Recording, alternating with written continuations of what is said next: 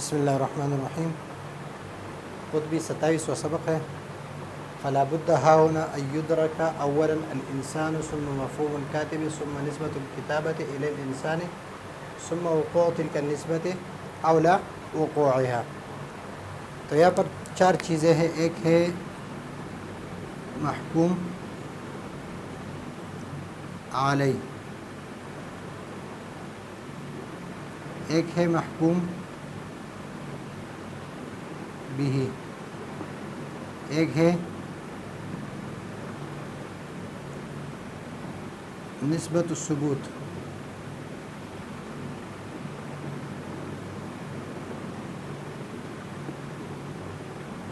ایک ہے وقوع تلك النسبة او لا وقوعها۔ تو یہ چار چیزیں ہیں کہ محکوم علیہ، محکوم بھی، نسبت الثبوت اور وقوع تلك النسبة۔ یہاں پر ہم چار تصور کریں گے۔ تصور محکوم علیہ،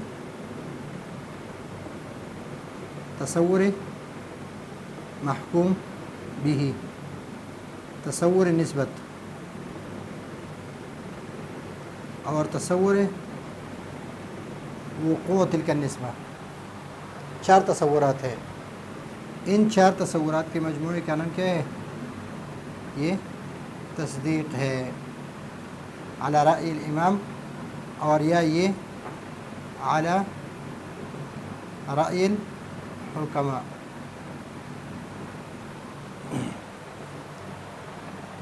پھر اس میں جو اختلاف ہے وہ آگے اسباق میں آ رہا ہے۔ ان متاخر المنطقین کے جو سبق آ رہا ہے اس میں یہ بیان کریں گے کہ چار تصورات ہیں یا تین تصورات ہیں، اور یا تصدیق میں تین تصورات ہے یا چار ہے، یا چار اجزاء ہے یا تین اجزاء ہے۔ یہ اختلاف اپنی جگہ پر ہے، لیکن یہاں پر اس سبق میں جو ذکر کر رہے ہیں کہ ایک تصور محکوم علیہ ہے، ایک تصور محکوم بھی ہے، ایک تصور نسبت ثبوت ہے، اولا او انتزاع ہے اس کا، یعنی ثبوت کا رفع ہونا، اور یا وقوع اولا وقوع ہے۔ تو چار تصورات ہیں، تصور نمبر 1، نمبر 2، نمبر 3 اور نمبر 4۔ ابھی مثلا انسان ہے، الانسان، تو تصور الانسان جو ہے یہ تصور محکوم علیہ ہے۔ تصور الکاتب یہ تصور محکوم بھی ہے۔ تصور نسبہ، تصور نسبت و ثبوت الکتابہ للانسان۔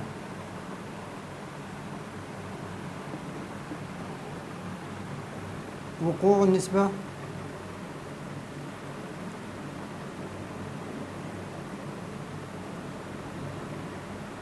وقوع نسبت ثبوت الکتابہ۔ تو یہ تصور نسبت ثبوت ہے، یہ تصور وقوع ہے۔ تو یہ تصور انسان، تصور انسان یہ تصور محکوم علیہ ہے۔ تصور کاتب یہ تصور محکوم بھی ہے۔ تصور نسبت ثبوت الکتابۃ الی الانسان یہ تصور نسبت ثبوت ہے، اور تصور نسبت ثبوت وقوع نسبت ثبوت الکتابۃ الی الانسان اولا وقوعها یہ تصور وقوع ہے۔ تو چار تصورات ہیں، اور انسان یہ محکوم علیہ ہے، الکاتب یہ محکوم بھی ہے، اور یہ نسبت الحکمیہ ہے، اور اس نسبت حکمیہ کو نسبت تقییدیہ، نسبت بین بین اور مورد ایجاب و سلب کہتے ہیں۔ اور ایک ہے وقوع تلک النسبہ، اس کو کہتے ہیں حکم۔ اور امام راضی کے نزدیک کی چاروں کا مجموعہ یہ تصدیق ہے، اور حکماء کے نزدیک یہ حکم تصدیق ہے۔ تو 4 چیزیں ہو گئی۔ یہاں سے مصنف نے جو ذکر کیا ہے کہ نسبت الحکمیہ اور حکم، تو ان دونوں کے درمیان فرق کو واضح کیا ہے کہ دونوں میں فرق ہے، یعنی حکم الگ چیز ہے اور نسبت حکمیہ الگ چیز ہے، اور ان پر بھی رد کر دیا کہ جو کہتے ہیں کہ اجزائے قضیہ جو ہے یہ کتنے ہیں؟ یہ 3 ہیں۔ تو اجزائے قضیہ 3 نہیں ہے بلکہ اجزائے قضیہ 4 ہے، یہاں سے ذکر کیا۔ اور آگے جو سبق اس کے آ رہا ہے والفرق بین الحکم والنسبت الحکمیہ، اسی میں فرق کو واضح کر رہا ہے کہ 4 اجزاء ہے، 3 نہیں ہے، یعنی نسبت حکمیہ الگ چیز ہے اور حکم الگ چیز ہے۔ یہ نسبت حکمیہ، نسبت تقییدیہ، نسبت بین بین اور مورد ایجاب و سلب، یہ آپ شرح تہذیب میں بھی پڑھ چکے ہیں۔ تو ابھی یہ میں نے آپ کو تصور محکوم علیہ، جس طرح تصور انسان یہ تصور محکوم علیہ ہے، تصور کاتب یہ تصور محکوم بھی ہے، تصور نسبہ یہ تصور، اور پھر جو انسان ہے یہ محکوم علیہ ہے، یہ کاتب ہے یہ محکوم بھی ہے، جو نسبت ہے نسبت حکمیہ ہے، اور جو وقوع نسبہ یہ حکم ہے، یہ حکم ہے۔ تو عبارت میں بھی اسی طرح ہے، فلا بد ہا ہونا، تو ضروری ہے کہ یہاں پر ایدرکا اولا الانسان، انسان کی تصور ہو، سب سے پہلے کیا ہو؟ انسان کی تصور۔ ثم مفہوم الکاتب، ایدرکا مفہوم الکاتب، 2 تصور نمبر 2۔ ثم نسبت ثبوت الکتابت الی الانسان، پھر اس نسبت کے ثبوت الکتابت ہے انسان کے لیے، یہ نسبت ہے، تو یہ اس کا ادراک ہو، تو یہ 3۔ ثم وقوع تلک النسبت، اور یہ یدرک وقوع تلک النسبت، تو یہ 4 تصورات ہو گئے۔ او لا وقوعها، یا واقع ہے یا نہیں ہے، یعنی خارج میں مطابقا للواقع ہے یا نہیں ہے۔ فادراک الانسان، ادراک الانسان یعنی تصور الانسان، تصور الانسان هو تصور المحکوم علیہ، یہ تصور محکوم علیہ ہے۔ والانسان المتصور، جس انسان کا تصور کیا گیا ہے یہ انسان، یہ محکوم علیہ ہے، یہ محکوم علیہ ہے۔ وادراک الکاتب، تصور الکاتب، هو تصور المحکوم بھی، یہ تصور محکوم بھی ہے۔ والکاتب المتصور، جس تصور کیا ہے جس کاتب کا آپ نے، وہ محکوم بھی ہی ہے، یہ محکوم بھی ہی ہے۔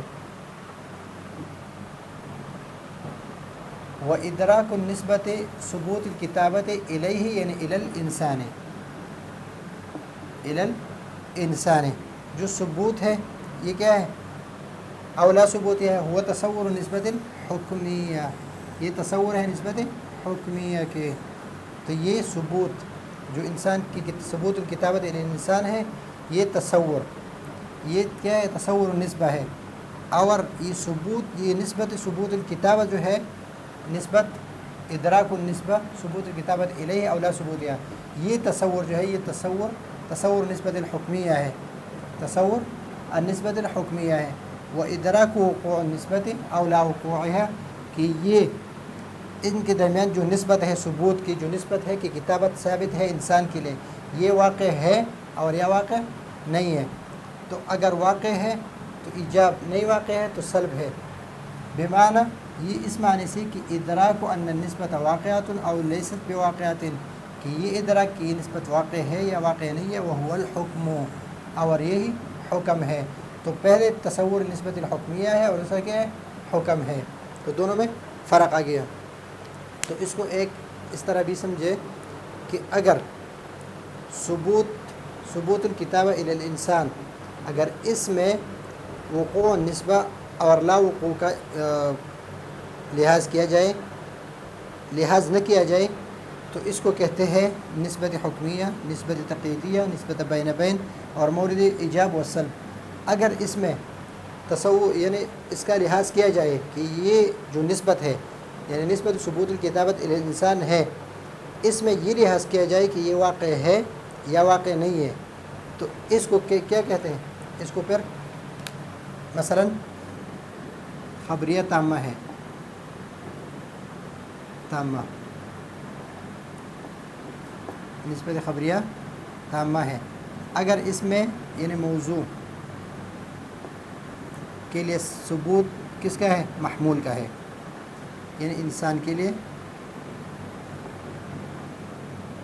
کاتب، یہ اس کا ثبوت ہے کس کے لیے؟ ان کے درمیان ایک نسبت ہے کہ یہ کتابت ثابت ہے انسان کے لیے، کتابت ثابت ہے انسان کے لیے، اگر یہ نسبت واقع ہونے اور نہ ہونے کا لحاظ اس میں کیا جائے تو یہ حکم ہے، اگر اس میں یہ لحاظ نہ کیا جائے تو یہ نسبت تقییدیہ ہے، نسبت حکمیہ ہے، نسبت بین بین ہے اور مورد ایجاب و سلب ہے۔